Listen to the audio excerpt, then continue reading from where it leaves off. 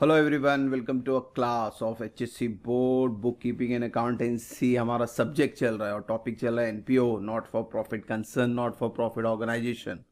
Previous video I button में check करें। आज कर रहे हैं इलस्ट्रेशन नंबर 19। डिस्क्रिप्शन में भी सारे वीडियो के प्रैक्टिकल सम के लिंक है। पूरा book keeping and accountancy class 12 का फाइनल अकाउंट से लेके कंप्यूटर एनालिसिस तक सारे चैप्टर के आपको प्रैक्टिकल प्रॉब्लम के लिंक मिलेंगे डिस्क्रिप्शन में। तो सारे वीडियो को पूरा स्टार्ट टू एंड देखा करें, कोई भी एंट्री एक्सप्लेनेशन मिस नहीं करना, तो अब जाके आपको चैप्टर क्लियर होगा। तो चलते हैं क्वेश्चन नंबर 19 की तरफ बच्चों। Question number 19, from the following particular relating to Sushma memorial hospital Jalgaon prepare income and expenditure and the balance sheet for 31 March 20। Receipt and payment दिया गया है, एडिशनल इंफॉर्मेशन है, यहाँ पे प्रीवियस ईयर का डिटेल है और करंट ईयर का डिटेल है। क्वेश्चन में सबसे पहले हमेशा चेक करें कैपिटल फंड। कैपिटल फंड दिया है तो आपको प्रीवियस ईयर की बैलेंस शीट बनाने की ज़रूरत नहीं है, और प्रीवियस ईयर के जितने भी डिटेल होंगे उसका इफेक्ट पास नहीं करना। जैसे ये बैलेंस ब्रॉट डाउन, ये कैश बैलेंस है मगर प्रीवियस ईयर का है, तो इसका इफेक्ट पास करने का नहीं, कट कर दो इसको। फिर इनकम और एसेट है, तो सब्सक्रिप्शन इनकम है, entrance fees income, income sale of newspaper income, donation for building बोला है। डोनेशन, सिर्फ डोनेशन लिख के आता तो हम इनकम कंसिडर करते, मगर डोनेशन के बाद किसी का भी नाम हो, donation for building, price fund, library, किसी का भी नाम हो गया तो ये बन जाएगी आपकी लाइबिलिटी। इस चीज को ध्यान देना यहाँ पे डोनेशन के ऊपर। सिंपल डोनेशन है तो इनकम, डोनेशन के साथ किसी का भी नाम हो तो वो बन जाएगा liability.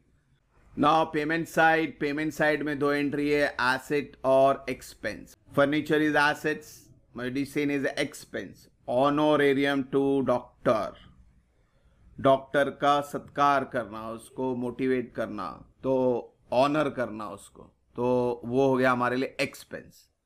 Salary to staff expense, general expense. Surgical instrument, hospital है ये ट्रस्ट, तो सर्जिकल इंस्ट्रूमेंट तो बार बार यूज होगा, तो ये बन गया हमारे लिए एसेट। फिक्स डिपॉजिट 31 मार्च 20 साल के आखिरी में, यानी करंट ईयर में तो हो गया है, तो करंट ईयर का एसेट्स बनेगा। Balance carried down is your cash, ये भी एसेट्स बनेगा।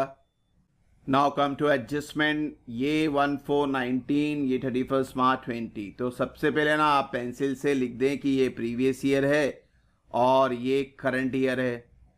प्रीवियस ईयर का आपको एक इफेक्ट पास करना है, करंट ईयर का आपको दो इफेक्ट पास करना है। प्रीवियस ईयर का एक इफेक्ट इसलिए क्योंकि कैपिटल फंड दिया है, हम प्रीवियस ईयर की बैलेंस शीट नहीं बनाएंगे, इसीलिए इसका एक इफेक्ट। और सब्सक्रिप्शन आउटस्टैंडिंग, सब्सक्रिप्शन एडवांस दोनों आया है। इसका इंट्रोडक्शन में मैंने आपको बताया था, ये चार्ट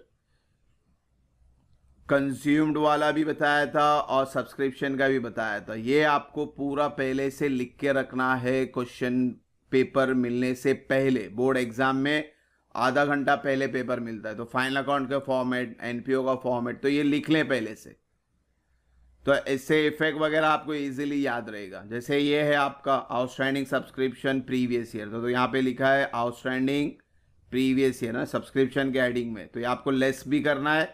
और इसका सेकेंड इफेक्ट एसेट में जाएगा अगर बैलेंस शीट बना रहे, तो यहाँ पे हम बैलेंस शीट नहीं बना रहे, इसीलिए एक ही इफेक्ट पास करेंगे, यहाँ माइनस करेंगे।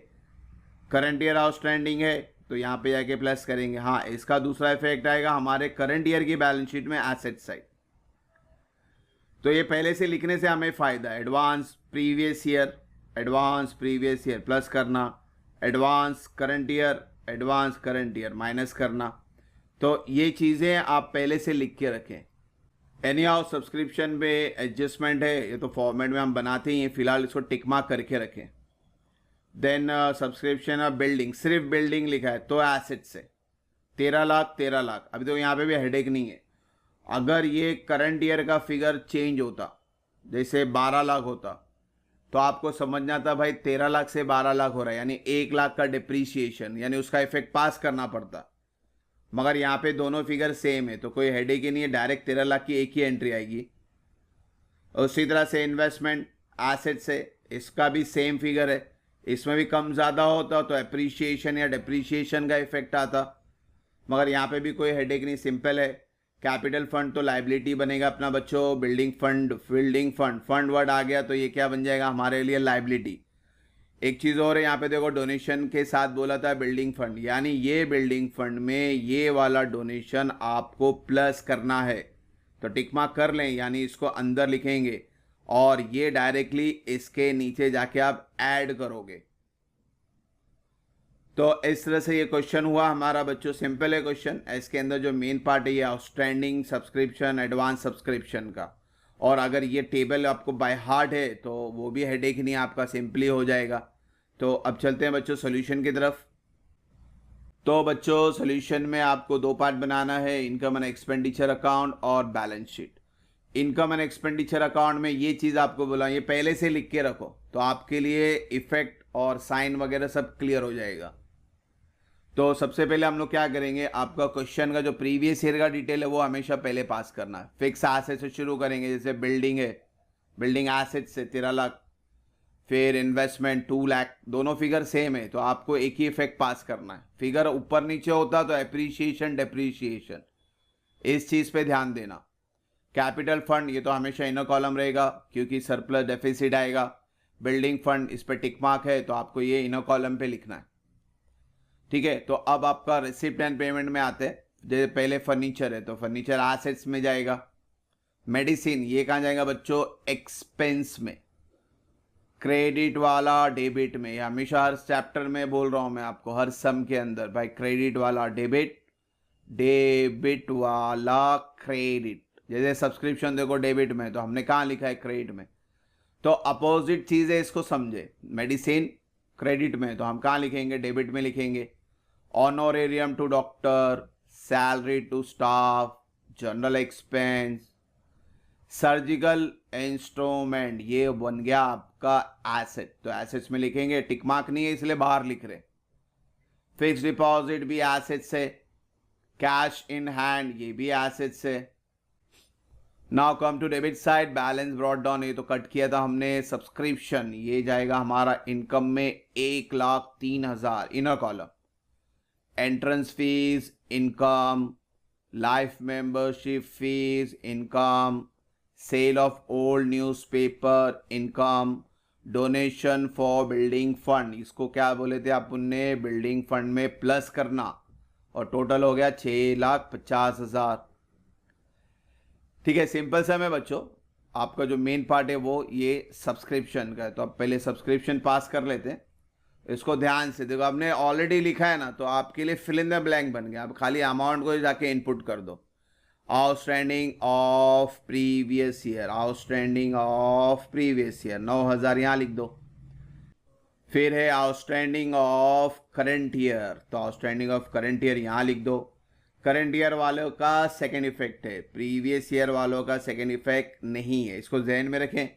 तो पहले मुकम्मल करते हैं फिर बैलेंस शीट में जाएंगे।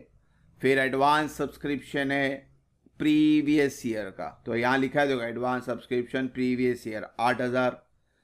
Advance subscription of current year यहाँ लिखा हुआ है, इसके सामने लिख दो, यानी 1,03,000 में ये प्लस होगा, 6,000 माइनस होगा, 9,000 माइनस होगा, 8,000 प्लस होगा। तो 1,03,000 से कैलकुलेट करके आपको ये फिगर बाहर लिखना है। माइनस प्लस साइन लिखा हुआ है तो उस पर ध्यान दे दे। अब जो करंट ईयर का था 10,000 और 6,000, इसका सेकेंड इफेक्ट देखो, सेकेंड इफेक्ट भी मैंने यहाँ ब्रैकेट में लिखा हुआ है। अगर आप लिखने की हैबिट रखेंगे तो आपका सेकेंड इफेक्ट भी गलत नहीं होगा। आउटस्टैंडिंग जाएगा एसेट्स में और एडवांस जाएगा लाइबिलिटी में। तो यहाँ पास करते हैं, आउटस्टैंडिंग 10,000 एसेट्स में, एडवांस 6,000 लाइबिलिटी में। तो आप लिख के रखेंगे ना तो ये आपके लिए सब्सक्रिप्शन ईजी हो जाता। 2 से 2.5 मार्क के एडजस्टमेंट होता है सब्सक्रिप्शन के ऊपर, तो फॉर्मेट लिखते लिखते हैबिट हो जाएगी तो बोर्ड एग्जाम में भी आपके लिए कन्वीनियंट रहेगा। Now come to adjustment, building का तो कर दिए, इन्वेस्टमेंट कर दिए, बिल्डिंग फंड सब कर दिए। तो अब फाइनल स्टेज है हमारा कि आप इस सम को बंद कर देते हैं। तो टोटल चेक करते हैं, क्रेडिट बढ़ा है तो क्रेडिट से शुरू करते हैं। तो क्रेडिट साइड का टोटल आया 1,23,500 और डेबिट का टोटल आया 80, 90, 95, 7, 15 यानी 1,10,000। दोनों को माइनस करें तो आपका बैलेंस आता है 13,500। तो सबसे पहले तो बड़ा टोटल दोनों साइड लिख लेते हैं। Balance always appear on lower side, आपका डेबिट साइड लोअर है, अमाउंट 1,10,000 लोअर है, इसीलिए डेबिट साइड लोअर है। तो 13,500 हम डेबिट साइड लिखते हैं और डेबिट साइड लिख रहे हैं तो इसका नाम हो गया सरप्लस। सरप्लस यानी प्लस करना है। कहाँ प्लस करने का है अपने को? कैपिटल में 13,500 यहाँ प्लस करना। सो प्लस करके बाहर लिखते हैं 10,26,500।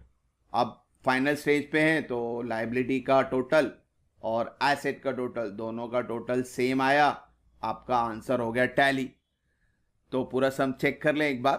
तो इसके अंदर जो इंपॉर्टेंट पार्ट था बच्चों ये सम में सब्सक्रिप्शन के ऊपर और डोनेशन पे हमेशा याद रखें, डोनेशन सिंगल दिया हुआ है, डोनेशन किसी का नाम है, सिंगल दिया रहेगा तो इनकम में लिखना, और डोनेशन का जिसका भी नाम आ गया तो ऑलरेडी एग्जिस्ट कर रहा है तो प्लस कर दो।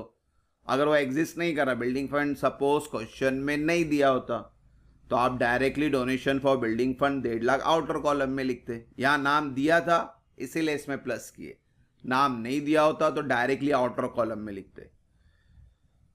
और सम स्टार्ट करने से पहले हमेशा ना कैपिटल फंड चेक करो। अगर कैपिटल फंड क्वेश्चन में दिया, नॉर्मली बच्चों बोर्ड एग्जाम में, अभी तक के बोर्ड एग्जाम में आपको कैपिटल फंड दे के ही दिया हुआ है, तो यानी आपको प्रीवियस ईयर की बैलेंस शीट बनाने की जरूरत अभी तक तो नहीं आई है। तो इसलिए 99.9% है आपको कैपिटल फंड देगा, 0.1% है कैपिटल फंड नहीं दिया। तो इन दैट केस फिर आपको प्रीवियस ईयर की बैलेंस शीट भी बनानी पड़ेगी। प्रीवियस ईयर की बैलेंस शीट सिर्फ कैपिटल फंड ढूंढने के लिए हम बनाते हैं। तो अगर कैपिटल फंड दिया है तो प्रीवियस ईयर की बैलेंस शीट नहीं बनाएंगे, और कैपिटल फंड नहीं दिया है तो प्रीवियस ईयर की बैलेंस शीट बनाना पड़ेगा। प्रीवियस ईयर की बैलेंस शीट बनाएंगे तो उसमें जो बैलेंसिंग फिगर होगा वो कैपिटल फंड होगा और वो करंट ईयर में आएगा। तो इस तरह से आज हमने क्वेश्चन नंबर 19 किया बच्चों। होप सो कोई डाउट नहीं, इंशाल्लाह नेक्स्ट वीडियो में जल्दी मिलेंगे बच्चों। Thank you for watching the video. God bless you.